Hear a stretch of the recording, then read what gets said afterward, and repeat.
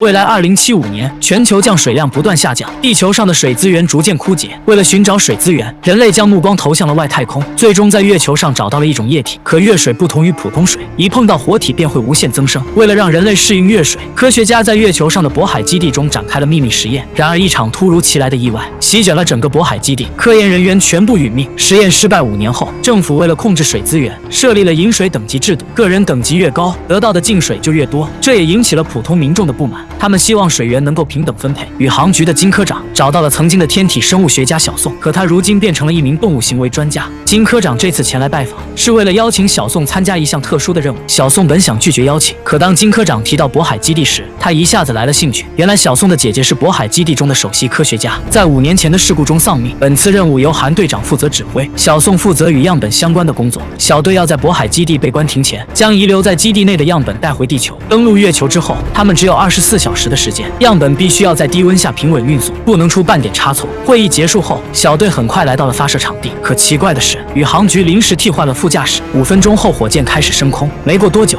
飞船抵达了月球上空，但受到陨石雨的影响，小队在2个小时内无法与宇航局取得联系，只能等通讯恢复后再登陆月球。可没过多久，船体外部发生了剧烈的抖动，导致登陆舱的固定装置变得极不稳定，距离恢复通讯还有20分钟的时间。可再这样持续下去，登陆舱的引擎将会报废。关键时刻，队长选择让登陆舱提前脱离火箭。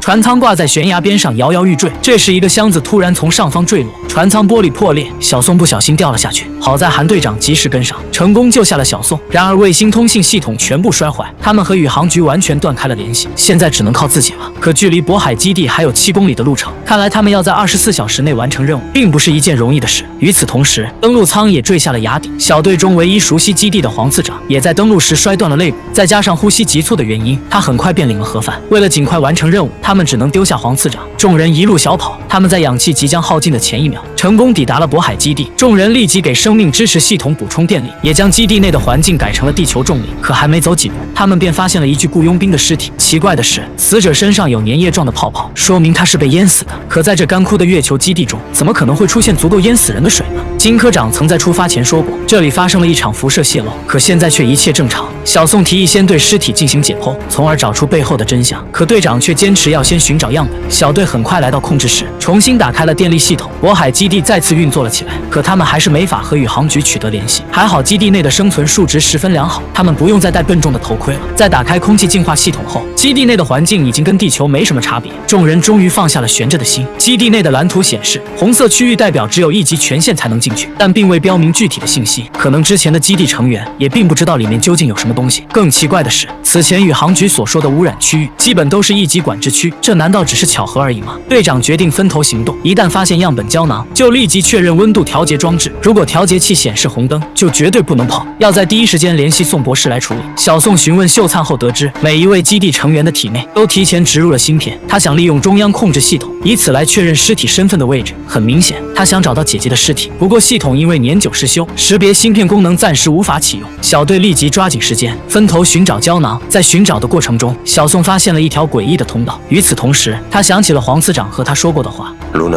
발해기지 데이터 스토리지예요. 韩队长他们撬开了一道紧闭的舱门，门后面全是基地成员的尸体，他们在死前有过剧烈的挣扎，似乎是想逃离这里。可宇航局的报告说，所有人在区域被封闭前就死亡了，但根据现场的情况来看，他们是被活生生困死在了这里，而且死亡特征表明他们全都死于溺水。事情越来越让人捉摸不透。没过多久，2个小分队同时打开了1、2号储藏室的舱门，但储藏室内有被搜过的痕迹，他们并未找到完整的胶囊。而小宋这边刚抵达3号储藏室，就意外发现了一个未知生物的信号。难道基地中还有其他活人存在吗？就在这时，李奇突然怂恿小宋前往控制室，让他想办法重启芯片的身份识别功能。小宋没有多想，立即飞奔前往中央控制室。与此同时，秀灿在寻找样本途中不小心压到了尸体，结果尸体身上残留的水分子飘进了他的眼睛里。没过多久，秀灿的精神开始出现恍惚，紧接着从他耳朵里莫名流出了一股清水。小宋这边一路狂奔来到控制室，可这里舱门紧闭，门缝中还存留着斑斑血迹。就在这时，队员告诉他李奇意外失踪，可他们不知道的是，这一切都是李奇的阴谋。他独自打开了3号储存室，突然一个不小心将手电弄到了桌子底下。可当他俯下身去捡手电时，一个未知生物将手电挪动了一下。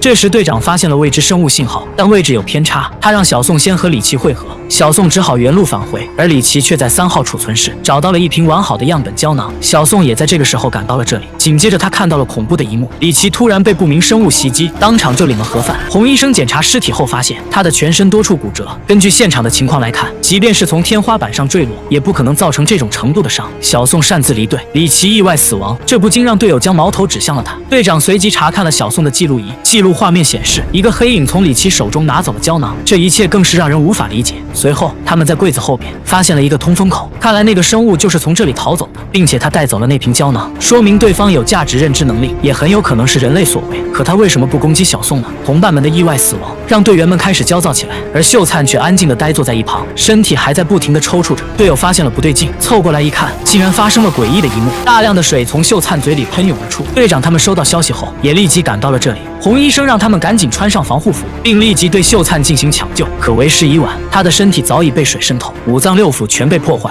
就连抽出来的血液也变成了清水。3名队员接连死去，这让他们变得不知所措。队长只能一边安慰着队友，一边给他们进行分工。洪医生和小宋负责解剖尸体，从而找出背后的真相。队长则带着几名队友去追踪那个未知生物。几人顺着通风管道继续深入，他们在里面发现了一些诡异的图案。可没走多远，通道被闸门封死，只有1级成员才有打开的权限，没人知道里面究竟有什么东西。他们只能先行返回控制室。小宋这边采集到了基地成员的尸体样本，进行比对后发现，秀灿和他们的死法完全一致，但体内没有任何感染的迹象。这一大堆水到底是怎么来的？就在这时，洪医生发现从秀灿体内取出来的液体竟然分离出了2种成分，没人知道这到底是什么东西。工程师这边对基地系统进行了全面排查，原来他们一直联系不上地球的原因，是因为通讯塔的数据处理器发生了故障，必须派人到基地外部更换装置。可基地的电梯早已损坏，没人敢愿意去冒这个险。无奈之下，队长只好亲自上阵。在出发前，小宋找到了队长，他认为那个生物并不想伤害自己，而他攻击李奇的原因，就是因为他侵犯了别人的领地，而且他可以利用通风口快速移动，总是比他们快一步，说明他对内部结构非常熟悉，很有可能是基地的幸存者，因为他只要好好利用这里的物资，完全有可能在5年内活下来。可队长否定了小宋的猜想，他带着另外2名队员来到了电梯口，他望着阴暗的渤海大峡谷，让自己想起了地球上的女儿。原来他的女儿早已被病毒感染，想要恢复正常，必须要饮用更高级的水，这也是他参加本次任务的原因。为了能够成功完成任务，韩队长要凭借一条绳索下降到100米高的基地根部。可在下降的过程中，早已损坏的电梯突然启动，正在高速向他袭来。好在队长及时躲避了电梯。可没过多久，电梯又从上方脱落。在这生死时刻，队长挂紧绳索，纵身一跃，成功躲过了一劫。可他也因此消耗了大量氧气。当他来到通讯站时，氧气已经严重不足，必须要在1分钟内回来补充氧气。可队长不听众人的劝告，执意要进行修复工作。最终他不负众望，成功完成了任务，但他也因为缺氧昏死了过去。好在同伴们及时赶到，把队长从鬼门关拉了回来。可通讯系统恢复正常后，还是无法与地球取得联系。就在这时，他们检测到了一条从基地外传来的讯号，而讯号的接收点正是李奇死去的3号储藏室。众人立刻动身前去查看，他们在李奇身上找到了一个通讯器。原来他在替某个神秘组织卖命，而这种老款通讯器是 RX 公司一直在使用的产品。队长立刻让工程师使用通讯器，尝试着与崔局长取得联系。经过多次尝试过后，通讯终于连接成功。队长将李奇的间谍身份告诉了崔局长，而同意临时更换副驾驶的人就是他。队长怀疑崔局长和李奇之间的关系，可对方坚称自己并不知晓李奇的间谍身份。随后队长告诉崔局长，袭击他们的人可能是基地幸存者。崔局长听到间谍很是惊讶，可听到有幸存者却反应不大，似乎他早就知道了这一切。然而局长却信誓旦旦地说道，自己并不清楚基地内的情况，也不相信幸存者的存在。他再三强调，阻止样本外泄比带回样本更加重要。为了让他们尽快完成任务，局长将1级权限密码交给了队长。与此同时，小宋分析出了病毒的来源，于是他二话不说割开自己的手，血液与样本融合后，竟发生了离奇现象。原来样本遇到鲜血便会不停地增生，这也正是秀灿死亡的原因。直到宿主停止呼吸，样本才会停止增生。小宋来到控制室质问队长，问他是否一开始就知道样本背后的真相。队长只好将事情告诉了大家。原来他们早在月球上发现了月水，政府认为只要把月水带回地球，就能拯救全人类。而第一个发现月水的人就是小宋的姐姐，但宇航局向他们隐瞒了月水会无限增生的特质，这也正是5年前渤海基地团灭的原因。他们必须要进入1级数据库，从而掌握更多关于月水的信息。这里果然有着一个庞大的数据库。就在这时，队长无意间踩到了一株绿植，旁边还有一个密室开关。2人打开一看，发现底下全是密密麻麻的绿植。原来在5年年前，小宋曾收到过姐姐的神秘邮件，他暗示小宋去寻找露娜，而黄次长也告诉过他，露娜便是渤海基地的数据库。队员下去查看后发现，这里不仅有大片绿植，还有一间样本储藏室，地上还有一瓶摔碎的样本。月水的质量果然不可估量，地上破碎的一小瓶样本竟然养活了大片绿植。只要把样本带回地球，并成功控制月水，就能拯救濒临毁灭的地球。在收集样本的过程中，队长发现了异常，他总感觉有人在监视着他们。这是一个速度极快的小女孩。他快如闪电，队员的手臂被瞬间扯断，瑟瑟发抖的小胖举枪打中了女孩，月水样本被摔破，小女孩也成功逃脱。眼看月水很快便会大量增生，众人只好带着样本迅速撤离。在混战中，一名队友不幸身亡，还有一名队员重伤昏迷。小宋利用自己的动物行为学知识，分析出了小女孩的行为，她是在保护月水。队长再次和崔局长建立了通讯，他看到小队拿到了月水，承诺会立即派人前来支援。但是在此之前，哪怕击杀小女孩，也要保住月水。队长质疑小女孩的身份是幸存者，可崔局长却回答道：通讯结束后，崔局长这边却出现了他和小女孩的合照，这背后肯定另有隐情。队长想要他们分头行动，去抓捕小女孩。这时小宋却表示自己要回数据库去收集月水的详细资料，才能解开背后隐藏的真相。无奈之下，队长只好让洪医生和他一同前往。两人很快来到了数据库，可经过调取后发现，关于月水的资料竟然是空白的，很明显是被人故意抹除了信息。与此同时，工程师也露出了自己的真面目，他竟然也是 RX 公司的间谍。除了拿回月水以外，他的任务便是除掉所有队员。可当他准备取走月水时，正好被洪医生和小宋撞见。他谎称是为了安全起见，要把月水带到控制室。小宋察觉到了不对劲，因为队长并没有通知他转移月水，而且任何有关样本的事情都由自己来负责。工程师眼看就要被识破，他准备杀掉两人。可就在这时，小女孩突然出现在了门外。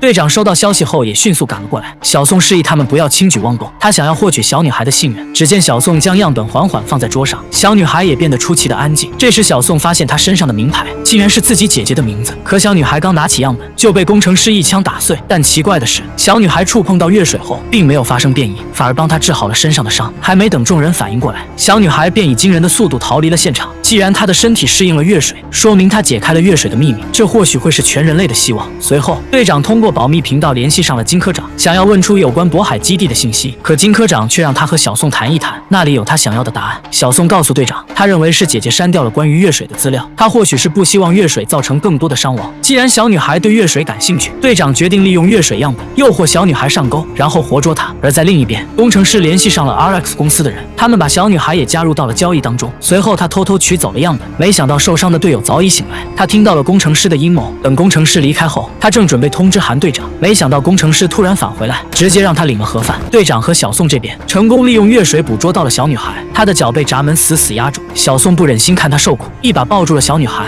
与此同时，他看到女孩脖子上有露娜073的标识，队长趁小女孩放松警惕，给她打了一针麻醉药。另一边，洪医生发现月水样本被人取走，同时还在低温箱里找到了队友的尸体，他立马将情况汇报给了队长。工程师则提着样本来到控制室，并关上了所有通道，基地瞬间陷入混乱之中。同时，露娜也克服了麻醉药，成功逃走。小宋则被闸门关在了里面，他不听队长的劝阻，独自一人跟上了露娜。没过多久，小宋跟着露娜来到了一个房间内，这里应该是露娜的住处。从窗外远远看去，可以看到地球的样貌。随后，小宋在柜子里找到了瑟瑟发抖的露娜，并利用自己的动物行为学技能取得了对方的信任。小宋还发现这里曾是姐姐的宿舍，一旁还放着一个硬盘，里面全是月水项目的资料。原来在5年前，科研团队一开始是在用生物做测试，可后来在上级的压迫下，直接用克隆体来做实验。露娜便是唯一能够适应月水的73号克隆体，确切的来说，露娜就是姐姐的基因克隆体。队长这边也开始怀疑是工程师杀了同伴，他决定回去查看情况，并让老哥继续寻找小宋和露娜。在回控制室的路上，队长遇到了洪医生，他们还意外发现了存放克隆体的仓库，两人被吓得不知所措。与此同时，回到主控室的小胖被工程师偷袭，连中数枪的小胖只能拿出样本威胁工程师，可已经杀红了眼的工程师又给他补了几枪，样本被摔碎，流出的月水接触到了小胖。工程师见状立刻锁上门，将小胖关在了里面。没过多久，小胖的嘴里喷出了大量的水。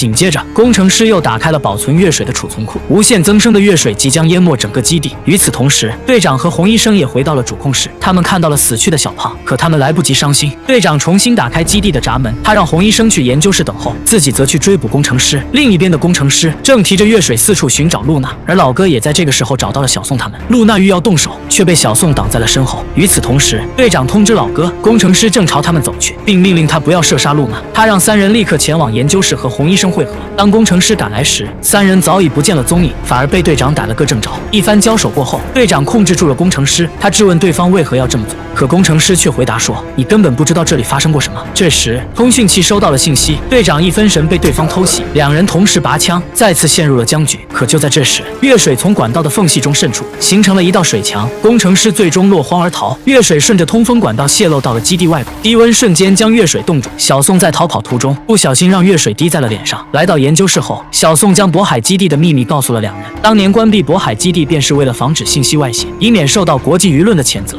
红姐一听便急了，就算他们活着回到地球，也很有可能会被灭口。而崔局长选择小宋的原因，是因为他姐姐是月水项目的首席科学官，为了维护姐姐的名誉，哪怕小宋发现了真相，也不会说出去。就在这时，队长也回到了研究室，他通知大家立即撤出基地，因为很快便会有大量的月水涌出。这时，小宋的身体也开始变异，视线逐渐变得模糊。为了同伴们的安全着想，小宋迅速将自己隔离了起来。片刻过后，他开始疯狂地吐水，渐渐失去了知觉。可画面一转，小宋又活了过来。原来他的手被露娜咬了一口，是对方的突变基因救了小宋一命。随后几人联系上了金科长，他告诉众人，救援飞船已经进入月球轨道，同时还有一艘未知飞船，应该是 RX 公司前来接应工程师的。小宋问老金，如果把露娜带回地球会怎么样？老金告诉他，露娜会被关在实验室里，重复渤海基地中的实验。小宋认为这样很危险，很有可能会让地球陷入危险之中，而且露娜一辈子都会沦为研究工具。小宋决定不再返回地球，他打算将露娜带去绝对中立的国际宇宙研究室，这样露娜和月水就不再属于任何国家。可队长却想将月水带回韩国，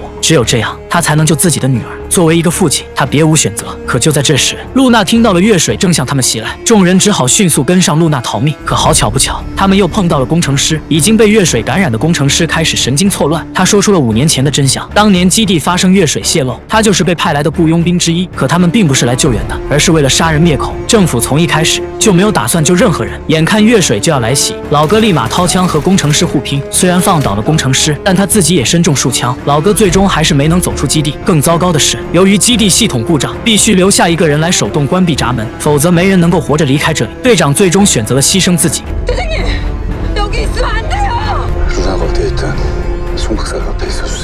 在女儿面前，他是一个合格的父亲；在队友面前，他更是一个称职的队长。最后，小宋和红医生带着露娜逃出了基地，可露娜却脱下了宇航服，她光着脚丫漫步在月球上。看来露娜不仅适应了月水，也适应了月球的环境。寂静之海第1季到此结束。